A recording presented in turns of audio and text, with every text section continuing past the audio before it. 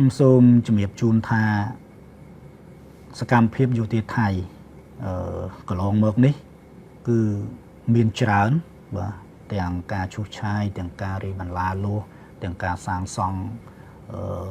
សំណងផ្សេងចង់បញ្ជាក់ជូនថាទោះបីជាទីណាក៏ដោយឲ្យតែស្ថិតនៅតាមបណ្ដោយព្រំដែនកម្ពុជាថៃខ្ញុំគូសបញ្ជាក់ដោយខ្លីនិងច្បាស់ថាខ្ញុំសូមគូសបញ្ជាក់ដោយខ្លីនិងច្បាស់ថាគ្មានបុគ្គលស្ថាប័នអង្គការឬក៏អង្គភាពណាមួយមិនថាខាងកម្ពុជានិងថៃទេដែលដឹងនិងយល់ច្បាស់អំពីខ្សែព្រំដែនបាទនិងទីតាំងបង្គោលព្រំដែនជាងគណៈកម្មការ JBC និងក្រមវាស់វែងចម្រុះពីព្រោះអី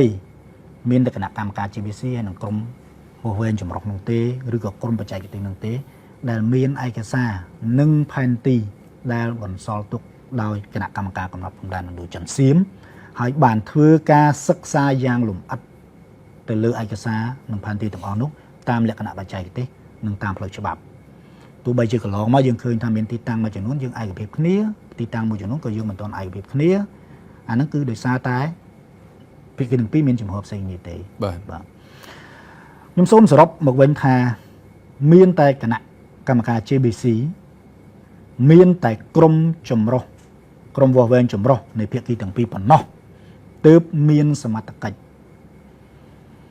ក្នុងការផ្ទៀងផ្ទាត់និងបញ្ជាក់ខ្សែព្រំដែនអន្តរជាតិកម្ពុជាថៃនៅលើដីជាក់ស្ដែងក៏ដូចជា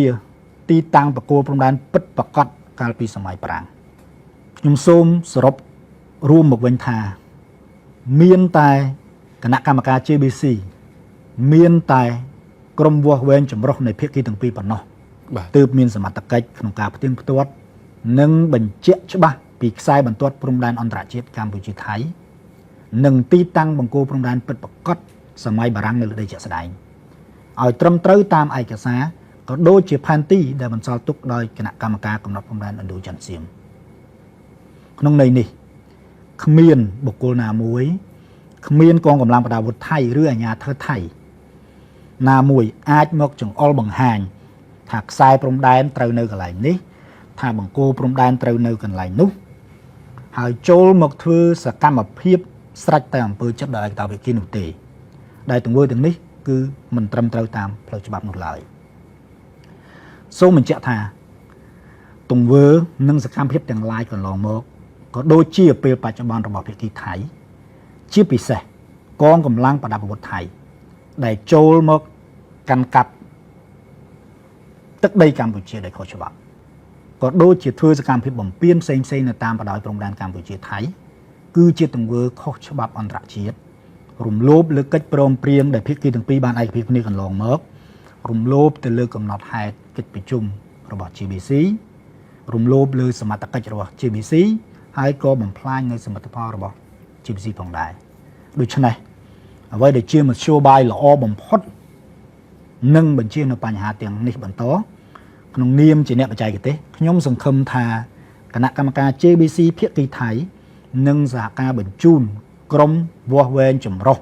ឆាប់ចុះធ្វើការនៅលើដីជាក់ស្ដែងដើម្បីបន្តការងារដោយកាលពីមុនពេលមានសង្គ្រាមទាំងពីរលើកជាចុងក្រោយខ្ញុំសូមរំលឹកជូនថាតាមរយៈកំណត់ទូតវ៉ាក៏ដូចជាសេចក្តីប្រកាសព័ត៌មានរបស់រាជរដ្ឋាភិបាលរបស់ក្រសួងការបរទេសរបស់ក្រសួងការពារជាតិក៏ដូចក្រសួងពាក់ព័ន្ធផ្សេង